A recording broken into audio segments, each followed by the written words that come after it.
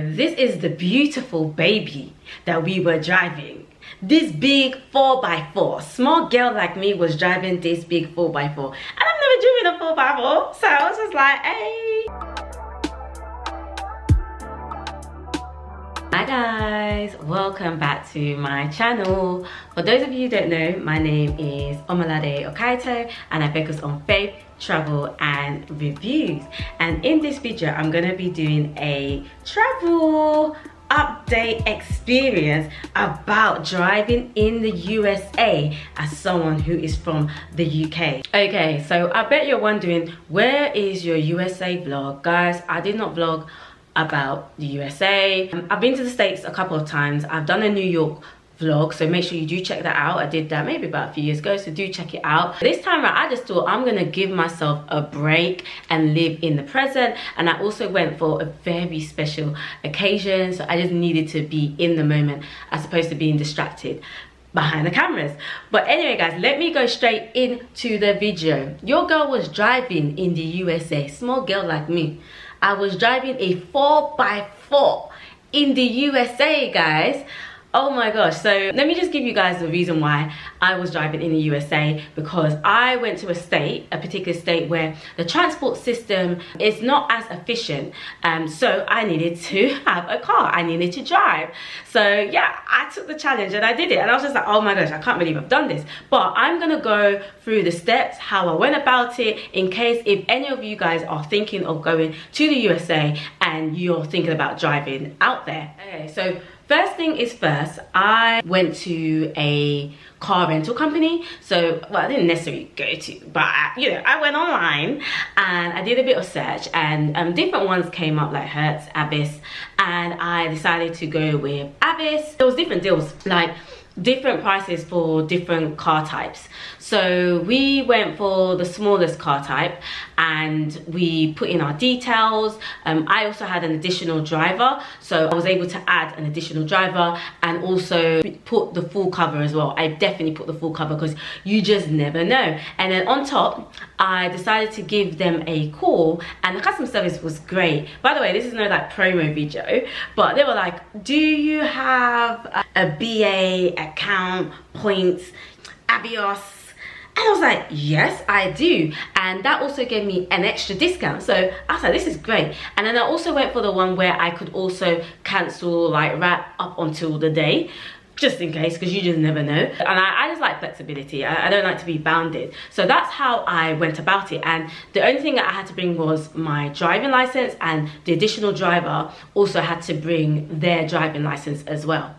Got to the States and you can collect your car rental actually from the airport, so there's also that option, just depending, but you know, luckily we had that option where we could just collect it from the airport. Interestingly, there is an holding fee, so in case if you don't read the small prints or you're not notified, there is a holding fee, and I think our holding fee was about $200, and then you get it back once you return the car. So that process was very smooth. They looked at our details and everything, and they took it. As soon as you know it, it's like a self-service. You know, you go and just collect the car. They tell you like it will be in G19, and then you just go to this big car park, you look for G19, and there you go.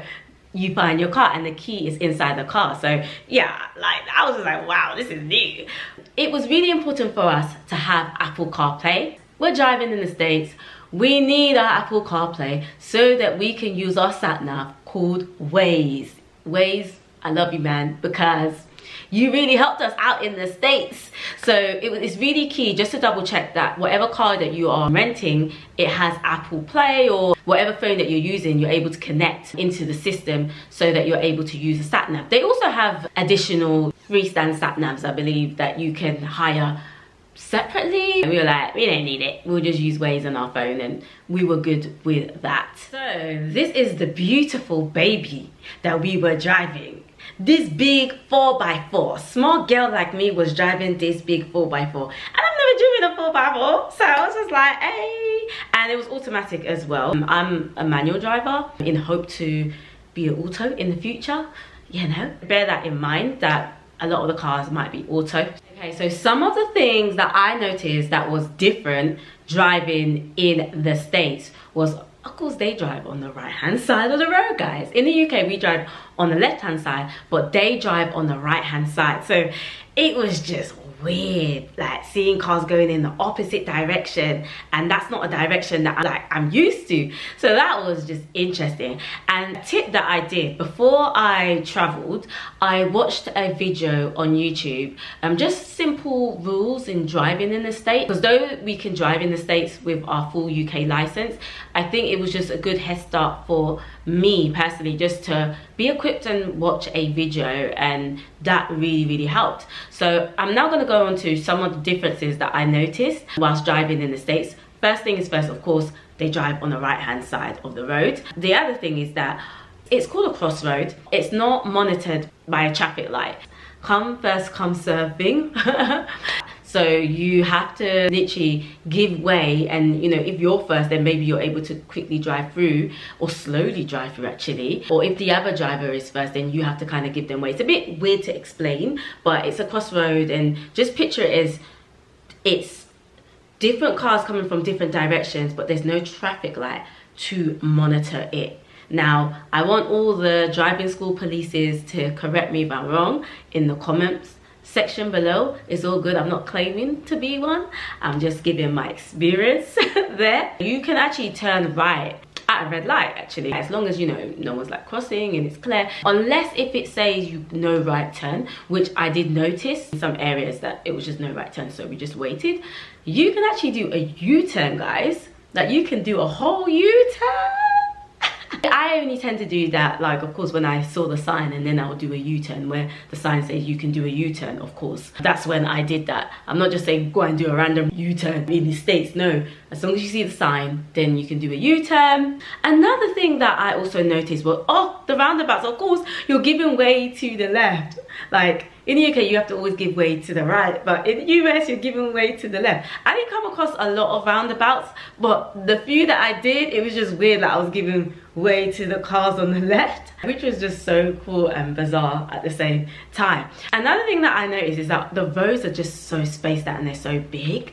Unless if you're driving in downtown in the city, then obviously you notice that the roads are a little bit more smaller and tighter. However, once you're in the suburbs and once you're out of downtown, like, the roads are just so big and wide. Even just parking, guys, you know what I mean? You know when you do your reverse park, yeah?